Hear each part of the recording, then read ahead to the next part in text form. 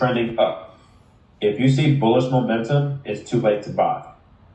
See what I'm saying? It's too late. So we need to see bearish momentum before we can enter and buy, right? You go to the 4-hour time frame, you get a better view of things, right? If you see the market doing this, it's too late. So no point in trying to buy. You just see the market do what? Create liquidity, and you know it's going to create liquidity when you see the market does what? Break any type of structure. The market went above a high, that means sellers got stopped out. Just like right here.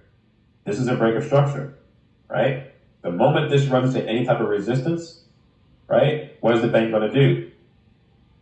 Create liquidity.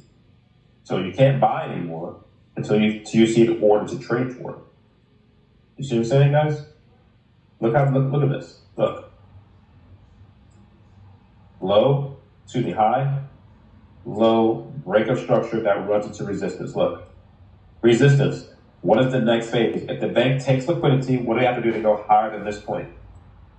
Create liquidity. Back into what? Support. Right? What's above that high? RTD, where's your entry? Boom. You see what I'm saying? It's all over the chart. I can delete all of this, right? And show it to you right here. It's going to keep doing it. Look. Break of structure, low, high. What's the next phase of the break of structure? To create liquidity by doing what? Tricking sellers. Look at all the amounts of these candles. So we trick sellers all the way back down to support, right? So what's above this high now? RTD, where's your entry? Push phase, pullback, boom. You see what I'm saying, guys? And what is your draw on price? Imbalance. Order block. That's your draw on price right there. Now, this is the reason why you need to stay on the higher time frame so you can catch these moves on the lower. If you're down here, if you're down here trying to analyze all stuff that's going on inside here, this is why you lose. Because you're trying to trade this stuff. If I had the system on here, there'd be a bunch of arrows telling you to take a trade. You're going to take a trade based on the arrows, and you can't get a good trade because the market is all over the place. You see what I'm saying? You're trying to trade this and get, 5-minute scalp. Boom. You're trying to catch this stuff. And this is not what you want to be catching. You want to be catching stuff that you spot here first and then catch down here on the lower time frames. That's going to be your goal. You want to see a break of structure on the 1 hour like this, so you can catch this. You see what I'm saying? Or a break of structure to the downside in the direction of the trend like this, so you can catch this. Not, stuff that's going on right here that doesn't make any sense. It's already moved. Right? So hopefully you guys, have a good understanding of, how to look at the charts now on a big scale and a large scale. These patterns, you're going to see them on 3 different scales, guys. You're going to see them on a scale of this big for your analysis of the higher time frame. You're going to see them on this scale just to mark up your chart on the midday time, on the 30-minute, 15-minute. And then you're going to see it this big to place your entries, which are most likely going to be trend continuation patterns for your entries. You see what I'm saying? On a large scale, guys, right? EURUSD, large scale, right? This is the 1 hour time frame, right? So this is what I mean by the pattern on a large scale, right?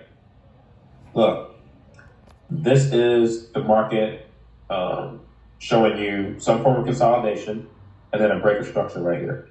Right here, we took money, right? Right? And then we ran into support. You have a low, a high, and a break of structure. If you spot this type of scenario on the 1 hour time frame, right here, you should be marking your chart to catch the trade on the lower, right? This is where you should be marking your chart. Now, a lot of the times, you might want to even wait for the bank to create an order on the 1 hour, because now you know it's going to go up. And what I mean by create an order is just, if you're patient enough, look, we're already in an area of interest. So what does the bank have to do to continue the market to go to the upside? Create an order. What do you want to see the bank do? You want to see the bank break structure, pull back, trick a seller, and it's going to break the low. So look at what the bank does here on the 1 hour, right? We have this push to the upside, that break structure. There's a blue candle here, so there's resistance there, which means you have a low. I keep drawing the same pattern. We have a high and a low and a break of structure. Next phase, trick sells back into what? Support, right? Once the market gets to support, now go to the lower time frame.